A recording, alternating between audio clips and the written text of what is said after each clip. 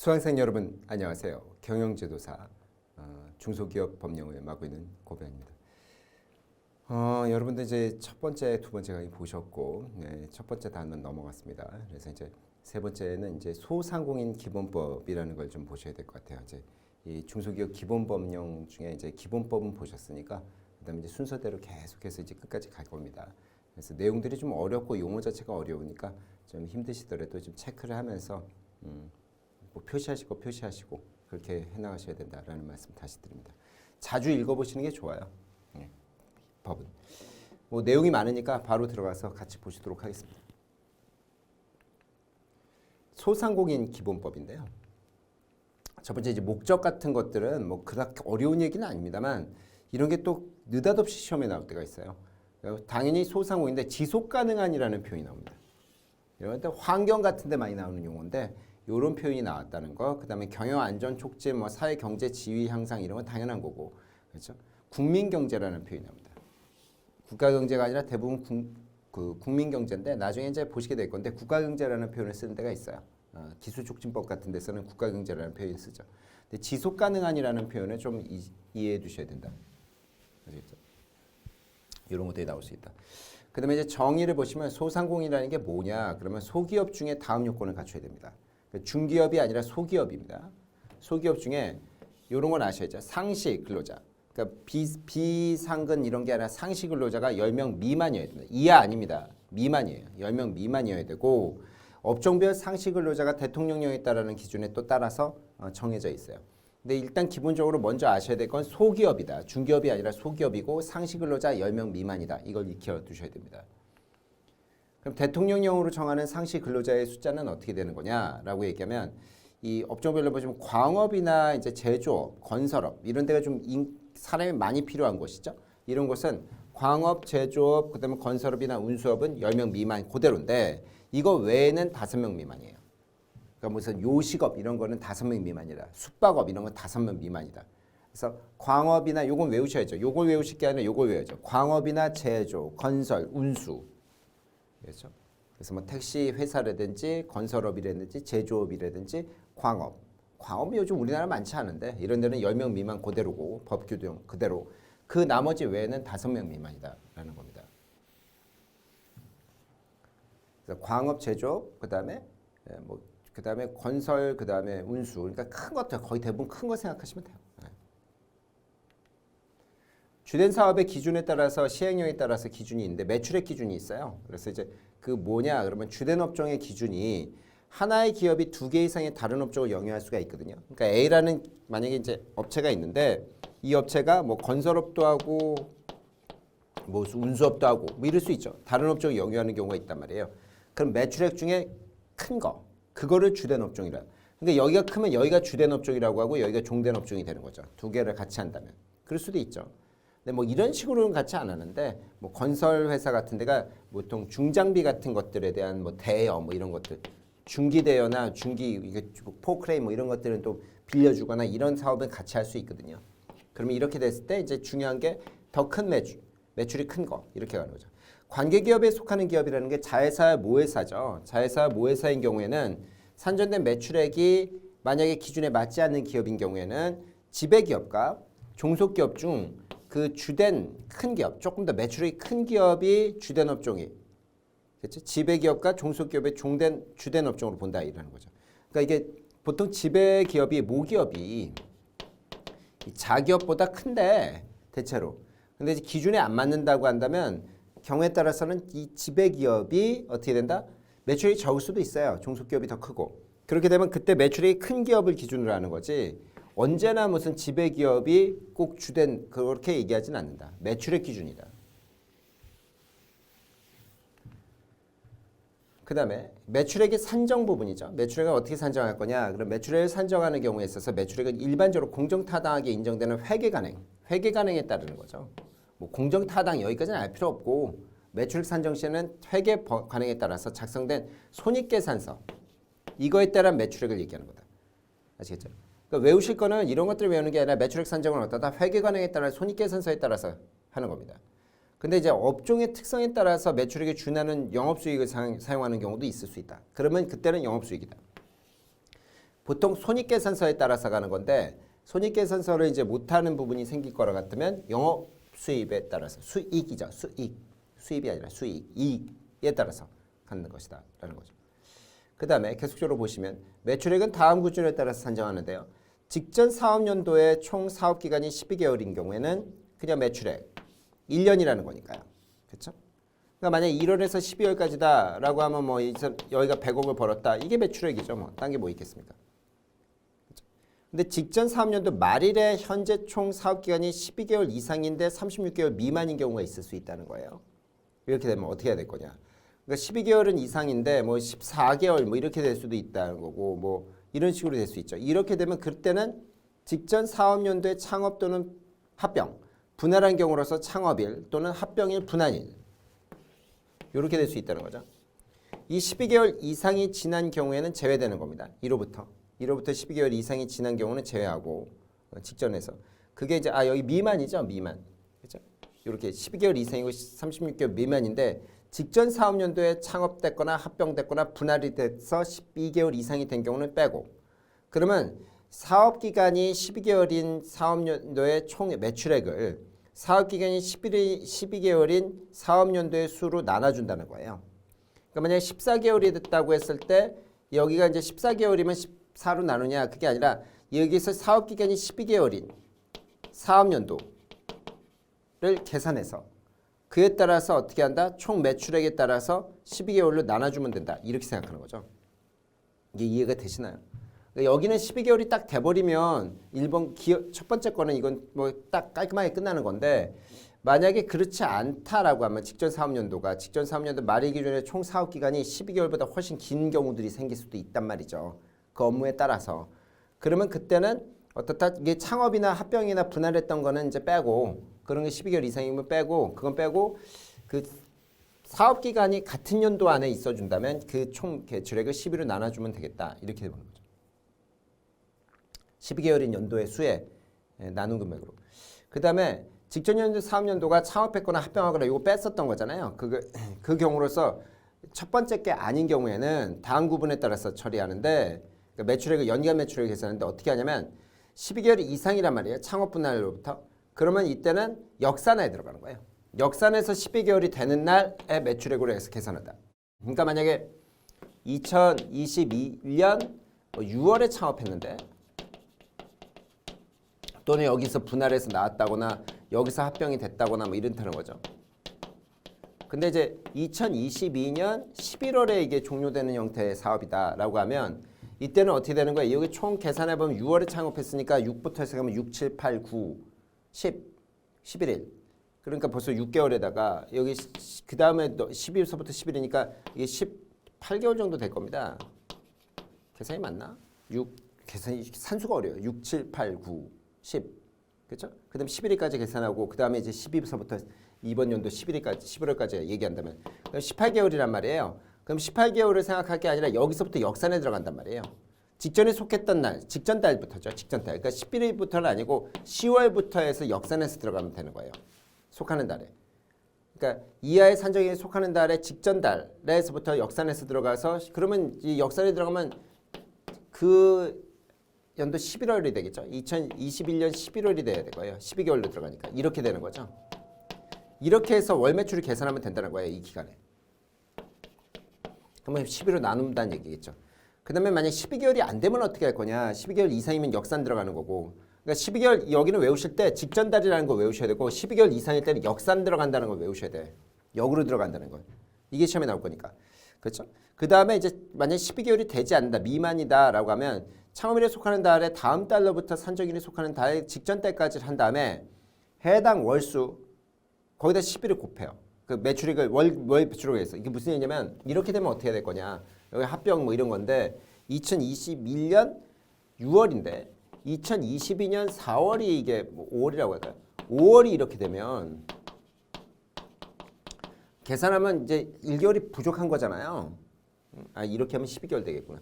4개월이라고 하면 6월부터 계산한다고 한다면 그럼 이제 이게 11개월밖에 안 되는 거니까 부족하단 말이에요. 12개월이 되지 않으니까. 그렇게 되면 이때 6월이 다음 달 그 분할이 6월이 아니고 7월부터 해서 그렇죠? 그래서 그 직전 달, 속하는 달의 직전 달, 그러니까 3월까지 계산해야 된다는 거예요. 그럼 약 이게 11개월인데 이렇게 되면은 7에서 6개월 되고 그 다음에 3개월이니까 약 9개월 될 겁니다. 이 9개월이니까 월 매출액을 계산한 다음에 월 매출액 곱하기 12 해버리면 된다.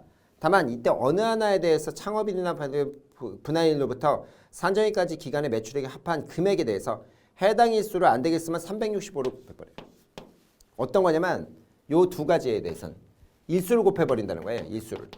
이거는 이제 11을 곱하 이런 식으로 해서 여기도 이제 직전 달까지 그러니까 산정일 다음 달로부터 직전 달 그 달이 아니고 그 달 빼고 그 다음에 왜냐면 이게 그 달이 딱 1월 1일부터 그러니까 6월 1일부터 시작이 안 될 거고 산정일이 딱 30일이나 30일에 끝나지 않을 거라서 그래요.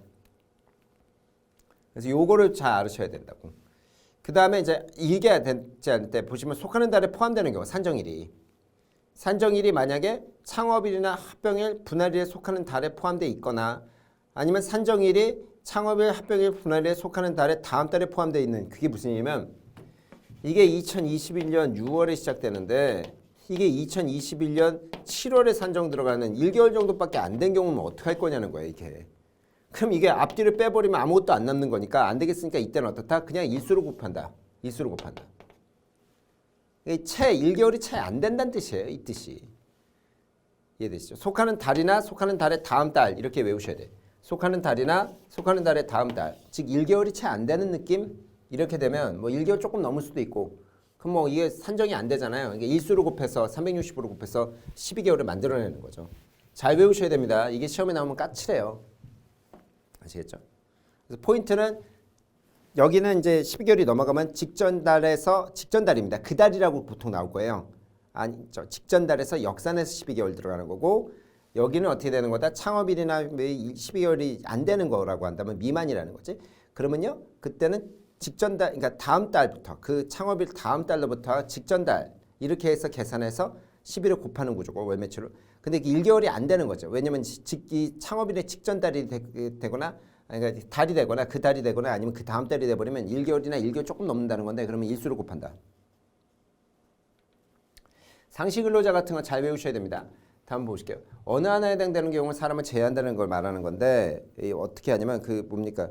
어느 하나에 해당되는 사람으로 사람을 제외한 사람으로 한다죠. 사람을 제외한 사람을 한다요. 의로한다 이렇게 되는 겁니다. 이게 조금 잘못되어 있는 거죠. 그럼 어떻게 되는 거냐면 임원이나 임용 소득세법상 임용근로자입니다. 여기 이제 소득세법 시행령인데 그것만 빼고 임원이나 임용근로자 이렇게 외우시면 돼요. 소득세법까지 외우실 필요 있겠습니까? 그다음에 이제 3개월 미만의 경우에 근로하는 경우, 그렇죠? 3개월 미만. 요것도 뭐 뒤에 거는 외우실 필요 없고 3개월 미만 이렇게 보시면 되고. 그다음에 기초연구관리법 기술 자원 그다음에 뭐예요? 법률에 따라서 이 기업부설 연구소 뭐 이렇게 있는데 여기 뭐 됐고 연구전담 요원이라고 보시면 돼요. 기업에 R&D나 이런 거 하는 분들이다 생각하시고 그다음에 근로기준법에 대해서 단기 근로자인데 1개월 동안 소정의 근로가 60시간 미만. 그래서 1개월 동안 60시간 미만. 그래서 외우셔야 되는 건 이거죠. 임원, 그다음에 일용근로자, 그다음에 3개월 미만, 그러니까 3개월 이내죠. 3개월 이내. 그다음에 어떻다? 기술연구직 분들 전담요원. 그다음에 1개월 동안 미만인데 1개월 동안 어떻다? 60시간 미만. 이렇게 외우셔야 돼요. 이거를 제외하는 겁니다. 그 외의 분들이 상시근로자예요. 이분들은 상시근로자가 아니에요. 이분들은 상시근로자가 아니라고요. 아까 보시면 건설이라든지 운수라든지 제조라든지 광업은 어떻게 된다고 했어요? 10명 미만이고 법 규정대로. 그 외에는 어떻다? 5명 미만인데 이게 어떻게 되는 거다? 그때 이 상시근로자에 해당되지 않는 이거 시험 정말 잘 나오죠. 임원, 임용근로자, 그러니까 임원, 그다음에 근로자가 아니에요. 임원은 일용근로자도 그러니까 완전 단기 근로자니까 안 되는 거고, 그렇죠? 그다음에 3개월 이내 단기 근로자도 빼야 되고, 그다음에 이제 1개월 이내에서 1개월 동안 소정 근로가 60시간 미만인 경우는 이 사람도 빼야 되는 거고, 기업 연구전담 요원도 이것도 뺍니다. 근로자에서 그렇게 보셔야 된다. 그다음에 상시 근로자에 대해서 어떻게 되냐? 그러면 여기 나오는 게 그 단기간에 1개월 동안 60시간 이상인 근로자 그게 한 명이 되는 거죠. 근데 문제는 이게 1개월 동안 소정이 60시간 이상인데 그 한 명을 0.5로 봐야 되는 경우들이 있다는 거예요. 다음인 경우. 그러니까 직전 사업연도에 사업기간이 12개월인 경우에 있어서 그때 이 창업이나 이런 건 제외되는 거죠. 그 해당 말일의 상시 근로자 수를 합하여 12로 나눠서 계산하는 거예요. 이때는. 그러니까 상시 근로자는 다음에 따라 산정하는 건데 그 단기 근로자로서 1개월의 소정이 60시간 이상인 근로자는 한 명을 0.5로 봐야 산정하는데 어떻게 산정하는 거다? 이 경우에 있어서 여기서 보시는 건 12개월에서 만약에 하면 그 근로자 수를 세야 되니까 근로자 수는 그러니까 매달 다를 수밖에 없잖아요. 매달 똑같이 뭐 5명이면 5명, 6명이면 어쩔 땐 3명, 어쩔 땐 6명 이럴 수도 있으니까 12개월이면 그때는 12개월의 상시 근로자를 12로 나눠버리면 된다는 거예요. 그 다음에 직전 사업연도 같은데 이제 분할하는 경우에 있어서는 이게 앞에 거는 이제 아니고 그렇다면 12개월이 넘고 뭐 이렇게 되면 환산할 때 산정일로부터 분할한 달에 속하는 경우는 산정일의 현재 수 그냥 이렇게 봅니다. 이때 창업했다면 어쩔 수 없죠 뭐. 1개월밖에 안 됐으니까. 근데 12개월 미만이면 어떻게 된다? 산정일로부터 매일 항시 상시일수 곱해서 해당 개월로 나눠버리면 된다는 거고 그러니까 6개월이면 6개월로 나눠버리면 되는 거고 이렇게 되는 거죠. 그 다음에 이제 12개월 이상인 경우에 있어서는 산정일에 속하는 날로부터 역산한다는 거죠. 거꾸로 계산한다는 건 역시 역산 들어가는 거예요. 역산 들어가서 12개월이 되는 날로 한다면 12로 나눠주면 되는 거죠. 이거는 매출액 계산이랑 똑같으니까 크게 어렵진 않습니다. 이건데 시험에 이게 잘 나오는 거예요. 지금 보시고 계시는 것들이. 그 다음에 60시간 이상이면 이 사람은 어떻다? 근데 그 정도는 0.5로밖에는 계산을 못 해준다. 이렇게 되는 거죠. 그 다음에 소상공인의 규모 확대 같은 것들 등으로 이제 소상공인에 해당되지 않게 되는 경우가 있을 수 있는데 그러면 그 사유가 발생한 3년 동안 소상공인을 봐줍니다. 다음 연도부터. 다음 연도도 잘 알아두셔야 돼요. 그 연도로부터 3년이 아니라 다음 연도로부터 3년 동안 소상공인으로 봐주는 겁니다. 이렇게 봐주죠. 다만 이제 소상공인 이렇게 이제 소기업 외의 기업과 합병했다. 뭐 이런 사유들이 생긴다면 그런 경우는 예외로 그때는 안 봐줘요. 그러니까 대기업이나 이런 데랑 합병했다, 뭐 중기업이랑 합병했다 그러면 못 봐주죠. 그러면 이제 더 이상 이제 소상공인으로 볼 수는 없습니다. 그러니까 해당되지 않아도 규모가 확대돼서 다음 연도부터 3년간은 봐주는데 그런 게 아닌 데랑 합해지면 안 되죠. 소상공인으로 보는 기간에 흡수합병한 경우로서 소상공인이 소상공인으로 보는 기간 중에 흡수합병되는 있는 자를 흡수합병했을 땐 이때는 그때도 이제 소상공인에 해당되지 않을 때도 역시 다음 연도부터 3년간 이걸 봐줍니다. 이렇게 봐주겠다는 얘기를 하는 거고. 그 다음에 이제 기본법에서 중소기업에 해당되지 않게 되는 경우, 그렇죠? 이런 경우들. 그 다음에 아니면 이제 소상공인으로 봤던 기업이 소상공인이 되었다가 다시 소상공인이 아닌 걸로 됐다거나. 소상공인 상시 20명 이상이 된다. 이런 것들이 시험에 나올 수 있어요. 이런 것들이. 소상공인 상시 근로자 수가 20명 이상이 되는 경우들. 그다음에 이제 이러면 이제 다음 연도로부터 이제 3년간은 소상공인을 봐주는 거죠. 그렇지. 기본 계주가 그렇죠. 그다음에 이 소상공인이 독점규제법 이런 것들 공시대상 집단에 속하는 기업이나 이런 것들의 소속으로 편입 통지된 것으로 보는 회사에 해당된다. 뭐 이런 것들 이런 걸 얘기하는 겁니다. 잘 봐두셔야 됩니다. 아시겠죠?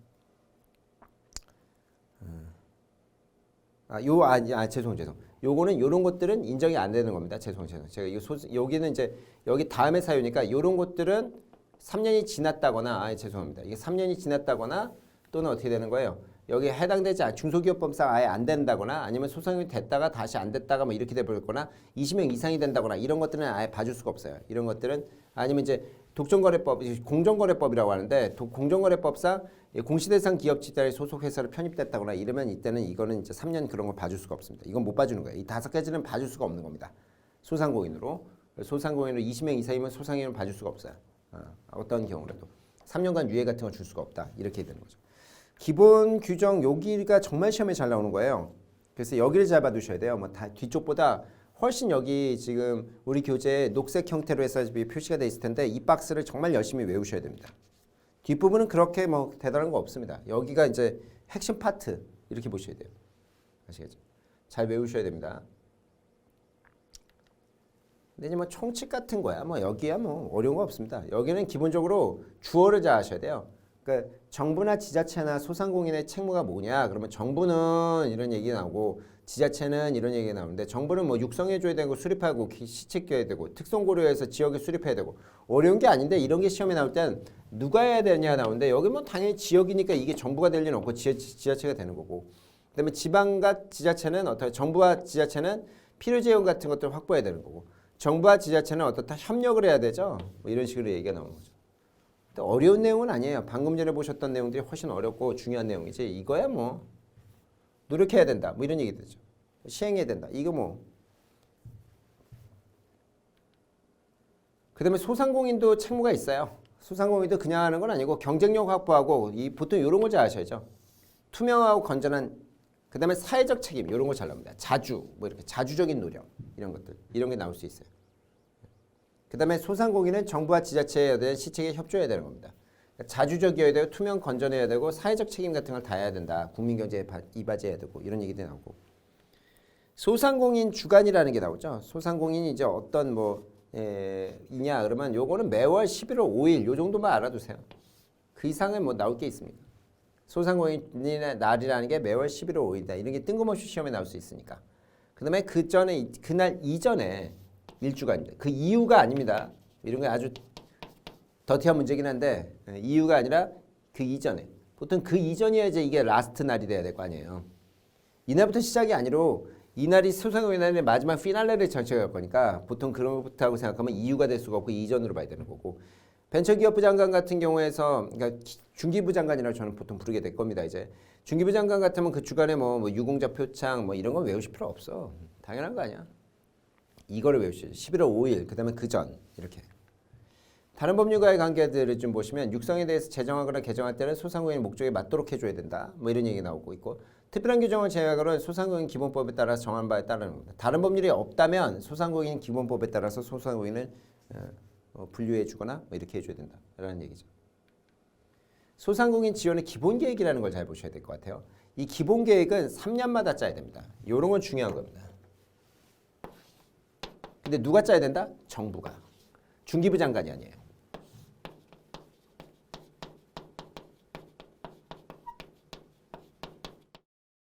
중기부 장관이 아니고 정부가 3년마다 소상공인 지원 기본 계획을 짜야 됩니다. 지난번에도 기본 계획 같은 게 일단 나왔죠. 그래서 잘 알아두셔야 되고 이 기본 계획은 수립하거나 변경할 때는 꼭 국무회의 심의를 거쳐야 됩니다. 이런 것들이 시험에 나옵니다. 중기부의 심의 아닙니다. 국무회의 심의 거쳐야 돼요. 근데 경미한 경우에는 그렇지 않은데 국무회의 심의 거쳐야 됩니다. 잘 봐두셔야 돼요.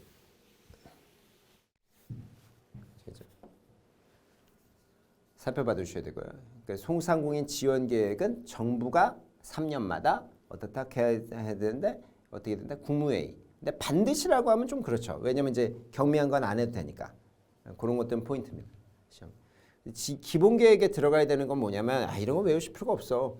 당연한 거 아닙니까? 기본 방향, 여건과 전망, 시책, 혁신, 육성 이런 것들은 이게 당연한 거 아니에요. 이거를 왜 외우십니까? 나오면은 나올 수 있을까 모르겠지만 나오면 그냥 맞추는 거죠.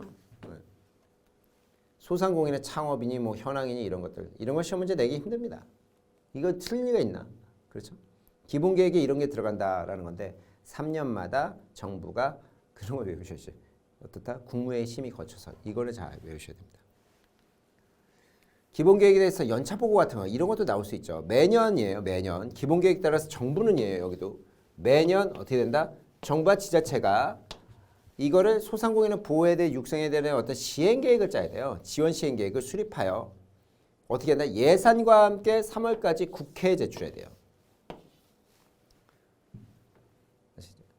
그러니까 어떻게 된다? 정부는 매년 정부와 지자체가 소상공인을 보호해야 될 시행 계획. 그러니까 기본 계획은 소상공인 기본 계획은 3년마다고 국무회의 심의라고요. 근데 누가 하는 거다? 정부가 하는 거예요. 근데 역시 이것도 시행계획도 이것도 정부가 하는 걸로 돼 있어요. 그래서 정부가 어떻다? 매년이에요. 매년. 근데 매년 3월까지 예산까지 다 해서 얼마다라고 해서 국회로 제출해야 돼요. 국회. 이때 이제 시도지사들이죠. 여기는 이제 시도지사예요. 특별시장 이런 사람들 시도지사인데 이 사람들은 어떻다? 시행계획의 수립을 해야 된다. 매년 지역 특성에 맞게끔. 그러니까 시도지사도 시행계획을 하는데 여기는 뭐 갖다 낼 건 아니지. 여기에 이 사람들이 여기에다 정부에다 내면 정부가 이걸 처리하겠죠. 시도지사는 어떻다? 시행계획 추진 실적을 누구한테 제출한다? 보고하는 거죠. 중기부 장관한테 보고하는 거예요. 이러면. 근데 이제 시행계획을 보고하는 게 아니라 시행계획의 추진 실적을 보고하는 겁니다. 이런 것들은 시험에 나오는 겁니다. 이게 시험에 나오는 거죠. 이해되시죠? 그러니까 정부가 매년 시행계획을 예산가액에 3월에까지 국회에 내야 되는 것이고, 그 다음에 시도지사들은 어떻다? 각 지역에 따라서 시행계획을 짜는데 시행계획의 추진 실적을 어디다 갖다 내야 된다? 중기부 장관한테 갖다 낸다. 이렇게 포인트를 짝짝 익혀두셔야 돼요. 그러면 이제 뭐 전년도 계획에 따라 설정 같은 것들, 중기부 장관은요 또 뭐 해야 되냐면 이 실적 같은 거 받고 이럴 거 아니에요. 그럼 전년도 실적이나 성과 평가한 다음에 뭐 이건 중요한 게 아니라 연차 보고서를 정기국회 개회 전까지 국회에 제출해야 됩니다. 당연히 후는 아니고 그 전인데 연차 보고를 해야 돼요. 어디에? 국무회의? 아니 국회. 누가? 중기부 장관이. 이때 정부가 아니고 중기부 장관이에요. 이 때문에 실무적인 거니까. 근데 기본 계획이나 시행 계획은 중기부 장관이 짜는 게 아니라 정부가 짠다고 돼 있다고요. 법은. 결국은 중기부 장관이 짤 건데 그것 또한 하지만 법은 어쨌든 정부가 짠다고 돼 있다고요. 그런 게 특징이죠. 그 다음에 시행계획을 수립할 때는 이런 걸 실시할 때 중앙행정기관장, 그 다음에 성과를 평가하는 중기부 장관 이럴 때 이 협조를 요청할 수 있는데, 그렇죠? 협조를 요청하면 별다른 이유 없으면 협조해야 되는 것이고, 필요사항 같은 뭐 대통령이 요청한다 이런 건 필요 없고, 그럼 중기부 장관이 어떻다? 연차 보고서를 국회에 정기국회 전에 갖다 내야 된다. 이게 중요한 개념이라고요.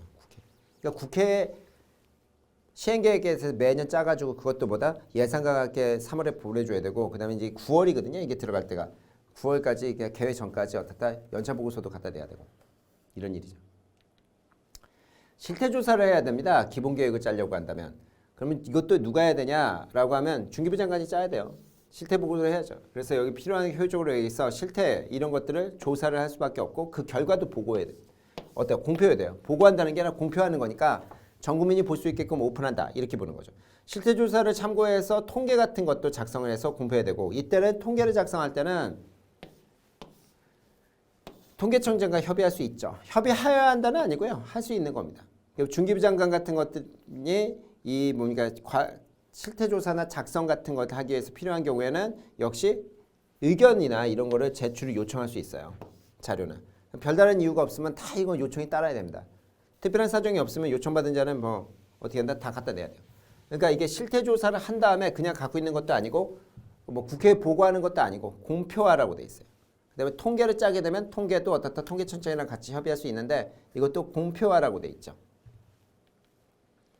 그 다음에 뭐 지원에 대해 소상을 여기 위탁할 수 있다는 거예요. 이 업무를. 누구한테? 지능공단에. 보통 이제 지능공단이라고 부르게 될 건데 소상공인 시장 지능공단입니다. 요게 보통 나중에 중진공이라는 게 있는데 중진공은 아니고요. 여기는 이제 소상공인 시장 지능공단이라는 곳에 갖다 낼 수 있다. 근데 뭐 대통령령 이건 됐습니다. 아실 필요 없어요. 어디다 일을 맡긴다? 중기부가 직접 하려면 힘드니까 소상공인 시장 지능공단이라는 게 있으니까 여기다 맡긴다.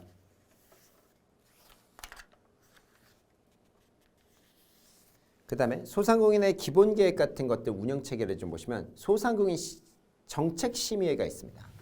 이런 것도 좀 시험에 또 나오죠. 그래서 이제 정책심의회는 어떤 거냐, 어디에 둬야 되냐, 먼저 말하면 중기부에 둬야 돼요.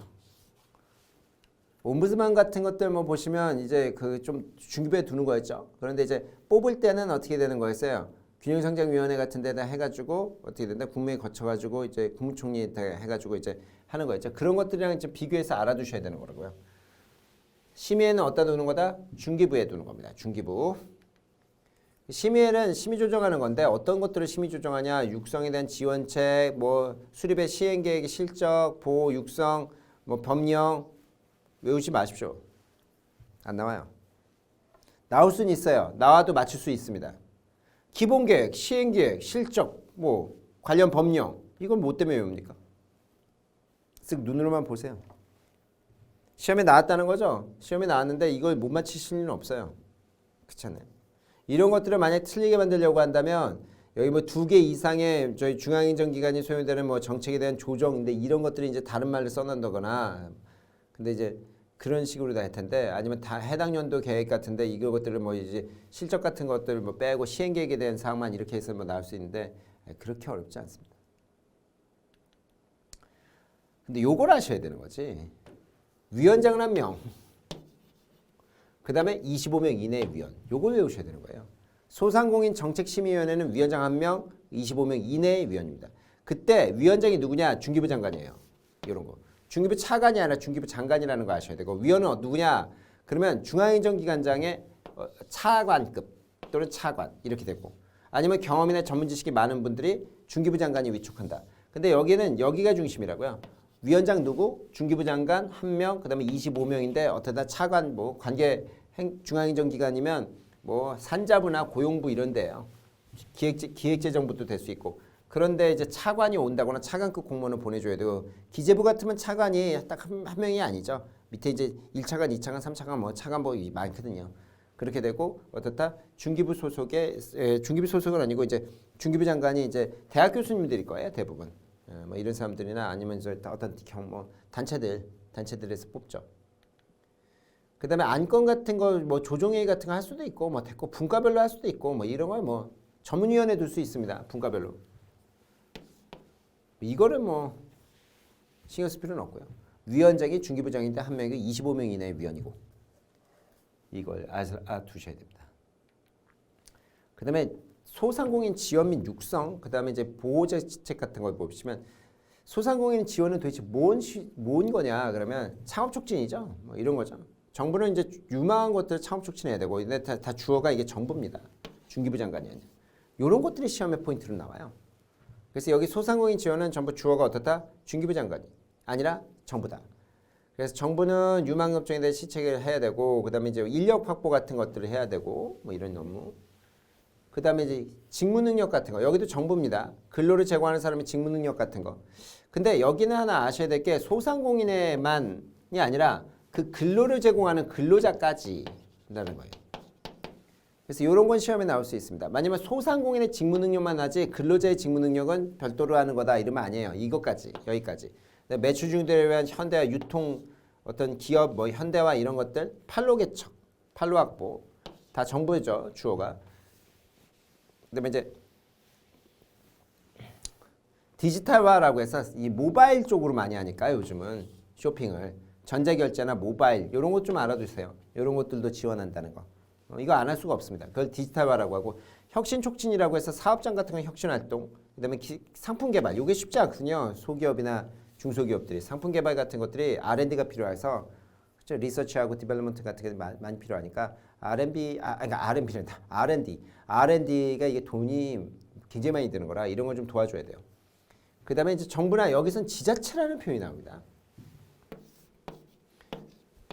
요게 계속적으로 정부라고만 얘기하다가 여기서 지자체라는 표현이 나와요. 정부라는 지자체는 소상공인의 사업장의 환경 개선 이렇게 얘기합니다.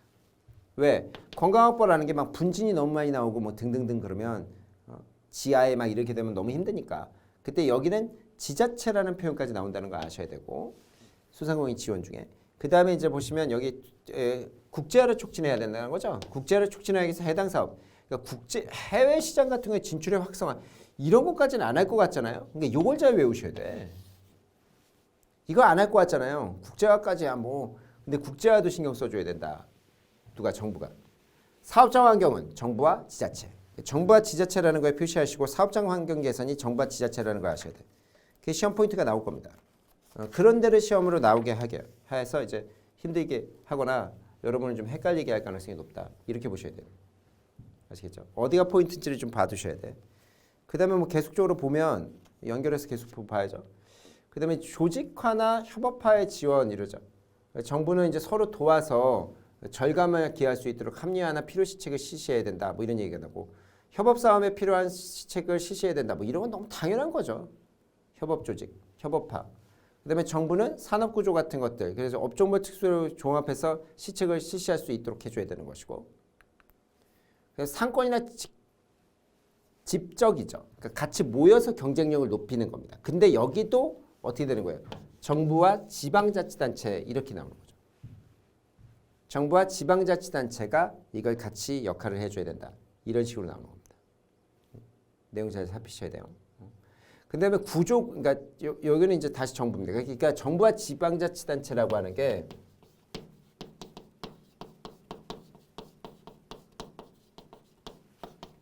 사업장 개선하고 사업장 환경 개선하고 집적 지역에 대한 지원 이게 나오는 거죠. 왜냐면 이렇게 돼야지 이게 이제 지역 또는 이제 공간에 대한 거니까. 근데 구조고도화 같은 것들은 이제 이 경영 합리화를 통해서 하는 겁니다. 그래서 경영이나 이런 것들이 이제 비효율적인 데들은 이제 경영 지원해 주는 그런 것들이 구조고도화라고 표현하는 것이고요. 그다음에 여기 이제 소상공인 지금까지는 어떤 겁니까? 이 소상공인에 대한 지원책이었고, 그다음 보호책을 보셔야 되는데 지원책에서 알아두셔야 되는 건 방금 전에 보셨죠? 정부와 지자체로 주어가 되어 있는 거, 사업장과 환경 개선, 그다음에 집적 지역이 정부와 지자체로 되어 있는 겁니다. 그 다음에도 여기도 보호시책도 다 정부로 되어 있어요. 그래서 정부는 급격한 어떤 경색, 시장 상해, 쉽게 경기가 위축되는 거죠. 그러면 필요 자금을 시책으로 통해서 지원하는 거죠. 근데 이제 화랑이 아닙니다. 호황이 아니에요. 이런 거 아닙니다. 경우에 따라 뭐 경기가 급격하게 상승하는 뭐 이런 거 아닙니다. 그래서 급격한 경색이에요. 시험에 지문에 이런 것들을 낼 수가 있어요. 근데 약간 밑도 끝도 없는 문제인데 순간 걸릴 수도 있습니다. 급격한 무슨 뭐라고 해야 될까?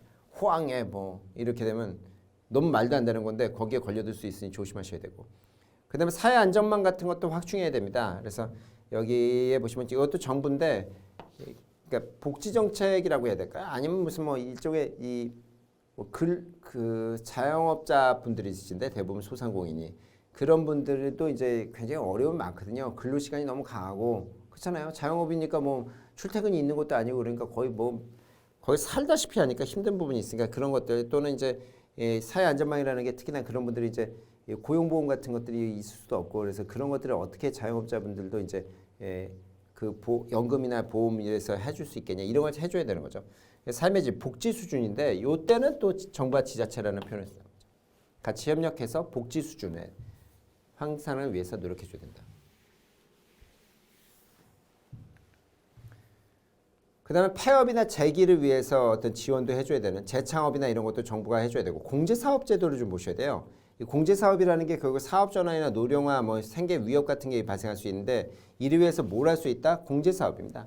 생활안전과 사업 재개를 위해서 하고 그래서 이제 이때 요걸 좀 아시는데 보험법을 적용하지 않아요. 원래 공제제도는 보험입니다. 근데 상법상 보호법을 적용하지 않고 뭘 적용하겠다는 거예요? 소상공인 기본법 이걸 적용하겠다는 거죠. 이걸 여기다가 적용하겠다는 거예요. 소상공인 공제제도는 뭘 적용하겠다? 보험법을 적용하지 않는다는 게 뭐냐면 이걸 적용하겠다는 거예요. 이걸. 그런 표현을 쓰는 겁니다. 그래서 보험법도 적용된다 그러면 뭐 부분적으로는 적용될 가능성이 있어도 법 규정이 뭐라고 되어 있다? 보험법을 적용하지 마라. 소상공인 기본법에 따라서 처리해라. 이런 얘기죠. 공정경쟁이나 상생 뭐 이런 것들 촉진하는 거 뭐 당연히 이게 필요하다면 근데 여기 또 정부와 지자체로 되어 있는 겁니다. 보통 다 정부인데 여기 정부와 지자체는 상생 뭐 이런 것들을 소상공인이 아닌 기업가 근데 요건 좀 알아두셔야 되는 게 보통 소상공인과 소상공인 이렇게 생각만 하실 텐데 소상공인이 아닌 기업 이러면 의문시 생각하실 수가 있다 이 순간 소상공인과 소상공인의 뭐 이런 걸 돕는 거 아닐까? 소상공인과 소상공인이 아닌 기업이 상생한다? 예, 근데 뭐 대기업 같은 걸 할 수 있어요. 꼭 대기업이 아니라 뭐 중소기업도 될 수 있는데 대기업 같은 데랑 이게 조인트 할 수도 있습니다. 뭐 조인트 한다는 게 완전히 뭐 합병돼 가지고 미루는 개념이 아니고 그러면 아까도 보셨지만 소상공인이 아니잖아요. 그러면 3년 유예 같은 것도 받을 수 없고 20명 넘는다거나 아니면 그 경영 그 주에서 이제 소기업이라 볼 수 없거나 소상공인을 볼 수 없는 데랑 이제 조인트가 되면은 공정거래법상 이제 공시집단, 공시대상 기업 집단에 속하는 데나 편입되거나 이러면 안 된다고 했잖아요. 소상공인 그러면 이제 그런 건 안 되고 그런 게 아니라 여기랑 협업 구조지. 그럼 협업 구조 같은 것들은 가능하다는 거예요. 협업 구조 같은 것들. 충분히 할 수 있다. 이렇게 보자는 거죠. 그다음에 사업 영역 같은 것도 보호하는 것도 정부와 지자체의 일입니다. 그다음에 여기는 지방자치단체만 나오는데 그래서 여기 시장 균형과 발전, 그 다음에 이제 경영 뭐 이런 것들, 장소 이런 거, 보통 장소 뭐 이런 거 나오면 자꾸 지자체가 나오는 거고, 지방자치단체는 창업하는 현장가 요청하는 경우 실태조사 등에 대해서 정보를 제공해야 됩니다. 요건 좀 알아두세요. 요때는 정보라는 표현이 안 나옵니다. 창업하려는 자가 요청하는 경우 실태조사 등에 대해서 정보를 제공해야 된다는 게 이렇게 소상공인분들이 다 자영업이 많은데 여기 몫이 중요해요. 실은 요식업 같은 것들 아니면 무슨 뭐 헬스장을 내든 요식업을 하든 이게 다 소상공인이거든요. 근데 이런 분들은 대체로 어때요? 몫이 중요한데 그렇다면 여기서 이제 이 동네 이 시장이 어떤 몫이냐 이런 것들이 궁금한데 그런 것들은 다 이제 세금을 얼마 내느냐를 보면은 매출액이 계산이 대충 나오는 거잖아요. 아, 이 동네 이 골목 안에서는 매출이 어느 정도 나오겠구나. 그러면 이런 것들을 이제 소상공인이 창업하려는 자가 요청하는 경우는 지자체장은 이거와 관련된 정보가 있으면 제공해 줘야 된다 이거죠. 지자체장이 아니라 이제 지자체인데 사실상 뭐 지자체 이 담당 직원이 제공하겠죠. 그래서 이런 것들도 규정이 있다라는 거죠. 그다음 재난 피해가 있다라고 하면 요때도 요때 필요시책 같은 걸 정부와 지자체가 합니다. 뭐 태풍 같은 게 심하게 불었다거나 해서 다만 재난이 발생했다는 것만 가지고는 안 되고 재난의 발생으로 영업에 심대한 피해를 입었거나 피해를 입을 우려가 있다. 이게 인정돼야 돼요. 그냥 재난이 있었다 가지고는 안 되고 영업에 심대한 피해가 있었다거나 또는 피해를 입을 우려가 있다라는 게 입증돼야 되는 부분이 있어요. 아시겠죠? 여기도 정부와 지자체입니다. 그 다음에 여기 보시는 건 고용보험료 같은 것도 지원해줘야 되는 거죠. 아까도 보셨지만 복지정책의 가장 중요한 게 이거라고요. 소상공인이 그러니까 일반적으로는 5명 미만인 거죠. 법 규정에서는 10명 미만이라고 했는데 10명 미만이 되는 건 광업, 제조업, 그 다음에 뭐야? 건설, 운수란 말이에요. 그 외에 이제 수많은 이 자영업 소상공인 분들은 이 직원들의 고용보험 같은 게 쉽지가 않은데 이런 부분들이 있다면 어떻다? 이 고용보험료나 아니면 어떻다? 이 연금보험료 같은 것들을 지원해 주는 겁니다. 이것도 정부가 해줘야 됩니다. 이때는 지자체라는 얘기 안 나와요. 왜냐면 돈 주는 거는 지자체가 하기가 힘듭니다. 그래서 조세에 대한 것들 감면 같은 거 나오는데 여기 또 이제 보시면 요건 이제 정부는 어떻게 되냐면 조세특례 제한법이고요. 정부가 해주는 거는 조세특례 국세를 빼주는 거고 지자체는 어떻다? 지방세 특례예요. 정부는 국세를 걷고 지방자치단체는 지방세 걷기 때문에 이렇게 하고요. 소득세나 법인세, 취득세나 재산세나 면허등록세를 감면할 수 있습니다. 다 사업하고 관련되어 있는 거잖아요. 법인세, 뭐 취득세, 부동산에 대한 것들이나 재산세, 뭐 갖고 있는 뭐 부동산 또는 뭐예요, 뭐 갖고 있는 무슨 중장비, 뭐 중장비까지 갈라나, 뭐 어쨌든 그다음에 등록 같은 거 해야 되는데 등록 면허세 문제나 소득세도 이게 법인 형태가 아니면 개인 사업자면 소득세를 내야 되니까 이런 것들을 감면해 줄 때. 근데 한 번 시험에 나온 적이 있는 걸로 저는 알아요. 이게 뭐가 나오냐면 이게 나온 건 아니고 이거 법률에서 정하는 바에 따라서 감면할 수 있는 그 밖에 해당되는 법률에 해당되는 소득 부가가치세 같은 게 나오면 안 된다고 여기서 물론 등으로 돼 있지만 소득세 왜냐면 간접세는 직접적으로 감면해 줄 수가 없어요. 간접세니까 그러니까 이런데 부가가치세가 뚝 나오면 안 되죠. 부가가치세는 무조건 우리나라에서 10% 걷는 건데 간접세로 그걸 어떻게 빼줘? 이런 건 아니고 소득세, 법인세, 취득세, 재산세, 그다음에 등록면허세 이런 거죠.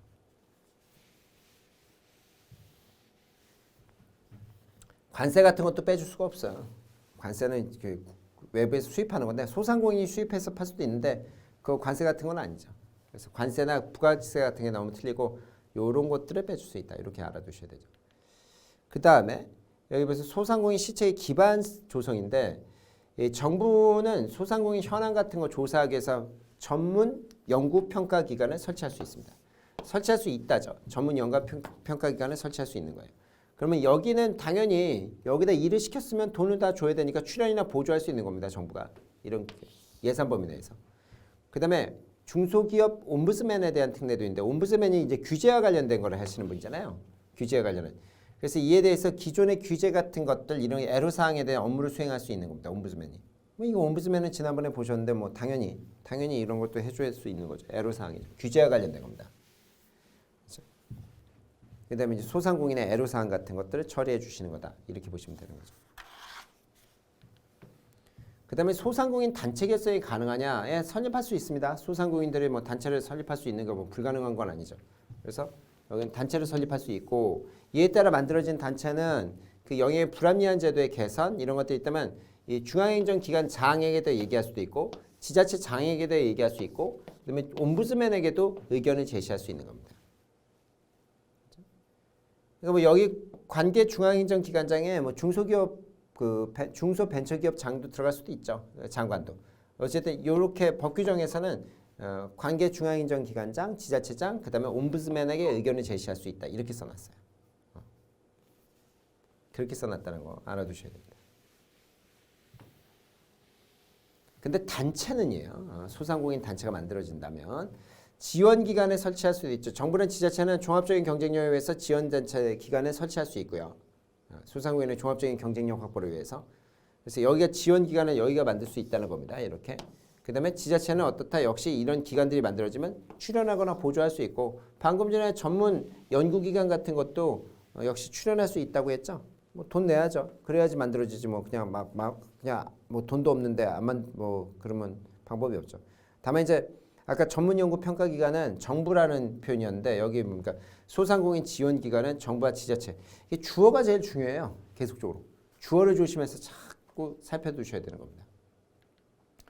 그 다음에 이제 마지막으로 보칙을 보셔야 되는데 보칙을 보시면 이 확인자료 제출이라는 게 있는데 소상공인이 시책에 참여하라는 자는 소상공인 시책에 참여하라는 자예요. 소상공인에 해당되는지를 확인할 수 있는 자료를 시책을 실시하는 중앙행정기관 또는 지방자치단체에 제출해야 됩니다. 이게 뭐냐면 여기에 참여하려면 즉 돈을 보조를 받는다든지 지원을 받는다든지 무슨 보호를 받으려는 소상공인이 있을 거 아니에요.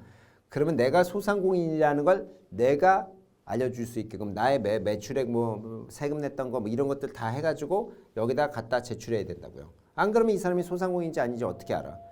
그 다음에 소상공인에 해당되는지 확인하기 위해서 중소벤처부 장관, 중소벤처기업부 장관, 중기부 장관은 어떻게 돼? 국세청. 왜냐면 세금을 얼마를 냈는지를 알아야지만 확인할 수 있고, 그렇죠? 또는 관계 중앙행정기관, 지방자치단체. 왜냐면 지방세 때문에 그래요, 이건. 지방세는 국세청이 걷는 게 아니라 지자체가 또 따로 걷는 부분이 있어서 공공단체 같은데 제출. 이 공공단체 대체로 어디냐면 국민연금공단입니다. 아니면 건강보험공단. 근데 대체로 이런 것도 다 같이 엮어서 하죠. 국민연금공단에서. 건강보험도. 그러면 여기다 물어봐야 돼요. 왜냐면 근로자를 몇 명 데리고 있냐. 상시근로자 같은 경우 아까 20명 이상이면 절대 안 된다고 했잖아요. 10명 미만이어야 되고 또는 5명 미만이어야 되잖아요. 그러니까 이 상시근로자도 또 개수 세는 거 아까 보셨잖아요. 그래서 상시근로자에 안 들어가는 사람 뭐 있었어요? 오늘 배우신 건데 상시근로자에 포함될 수 없는 사람은 임원, 일용근로자. 그럼 어때요? 단기근로자인데 3개월 미만이죠. 3개월 이내 이런 분들. 그 다음에 1개월 동안 어떻다? 60시간 미만. 연구전담 요원. 연구죠. 연금이 아니라. 여긴 빠진단 말이에요. 그 다음에 1개월에 60시간 이상이라도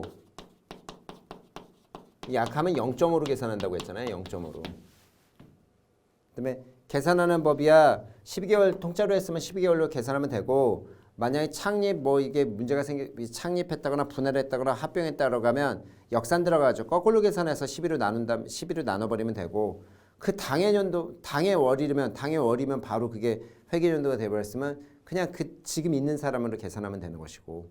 그렇죠? 근데 이제 12개월 미만이다 라고 하면 역시 직전이라고 뺀 다음에 그렇게 한 다음에 어떻게 된다? 그 월수를 빼버리면 그래서 정리하면은 답이 나온다는 거죠. 매출액 계산이랑 똑같잖아요. 그래서 이거 다시 한번 체크해 두셔야 됩니다.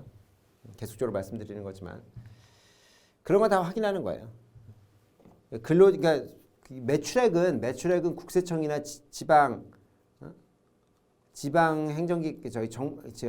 지방자치단체에다 물어보면 되는 것이고 세금 문제니까. 그다음에 근로자 수는 어떻게 한다? 국민연금공단 같은 건강보험 그쪽에다 물어보면 되는 겁니다. 소상공인 단체 결성 잠깐만요. 이거 뒤로 갔네? 제가 뒤로 간 거죠, 이거? 죄송합니다. 그렇죠. 요거죠. 자료의 명시사항 같으면 중기부 장관이 이 과세 정보를 요청할 때 뭘 명시해야 되니 문서로 해야 돼요. 구두 안 됩니다. 이런 건 뭐 아주 유치하게 문제가 나올 수 있는데 과세 정보 같은 거 볼 때 결국 뭘 보려는 거예요? 근로자 수하고 매출액하고 자산 총액이에요. 딴 거 있습니까? 방금 전에 말씀드렸는데 이거 체크하는 거잖아요. 소상공인. 그다음에 자산 총액 같은 거 생각해야 되는 것이고 특별한 사유가 없으면 다 어떻다? 달라는 대로 줘야죠. 요청받으면 이때 주어가 중기부 장관이 확인하는 거니까 보시고 그 다음에 과태료 규정 같은데 만약에 소상공인이 아닌 자가 시책에 만약에 이런 제출 같은 거 거짓을 제출하죠. 그럼 500만 원 이하의 과태료입니다. 벌금까지는 아니에요. 500만 원 이하의 과태료입니다. 이게 나중에 보조금 받았거나 지원금 받았으면 그때는 뭐 벌금이나 뭐 형사처벌을 받을 거지만 이거 거짓되게 제출했을 때만큼은 아직 과태료입니다. 500만 원 이하. 과태료에 대해서 대통령이 정하는 바에 따라서 누가 받는다? 여기 중기부 장관이 아니라 소상공인 실시 기관장이 받게 돼 있어요. 여기가 누가 아니다? 중기부 장관이 아니다. 중기부 장관이 부가 징수한다 이게 아니라 지자체장이 하는 것도 아니에요. 이게 아니라 어떻다? 소상공인 시책기관장. 결국은 뭐 만약에 중기부가 이게 시책기관이면 여기고 뭡니까? 뭐 기재부가 만약에 그거나 고용부나 산자부가 그러면 여기고 뭐 지자체가 한 거라면 이건데 어쨌든 법 규정은 그렇게 이렇게 써놓지 않았고 소상공인 시책 실시기관장 이렇게 써놓은 여기까지가 2단원 얘기입니다. 잘 봐두시는데 특히 맨 앞에 정의 분열, 데피니션 부분은 잘 봐두셔야 됩니다. 아시겠죠? 소상공인이라는 게 누구냐, 주된 업종 같은 것들은 매출액이 큰 걸로 정리하는 것이다. 뭐 이런 얘기 드렸고 매출액 계산법이나 특히 시험에 상시근로자 수가 정말 잘 나와요. 매출액 계산 조금 어려워서 상시근로자 수 같은 것들, 특히 상시근로자에 들어가지 않는 자 뭐 이런 사람들 이런 거 잘 나오고 그다음에 3년간 유예하는 거 있잖아요. 그런 거 다음 연도부터 3년이고 그런 얘기들. 그다음에 이제 그 예외 아예 그런 경우도 3년 유예 못 주는 경우들 이런 경우들 3년 지났다거나 아니면 중소기업에 해당되지 않는가 중소기업 소상공인에다 다시 소상공인이 아니었다가 왔다 갔다 하거나 20명 넘는다거나 아니면 뭐 공정거래법상 이 공시 기업 대상 기업 집단에 들어 편입됐다 이러면 이제 그때는 무조건 그건 인정해 줄 수 없다 이런 거 잘 익혀두셔야 됩니다. 잘 살펴두시고요. 2단원은 이 정도로 넘어가고 다음번에는 우리가 소상공인 보호 그다음에 지원에 관한 법률 3단원 가지고 만나 뵙도록 하겠습니다. 수고 많으셨습니다.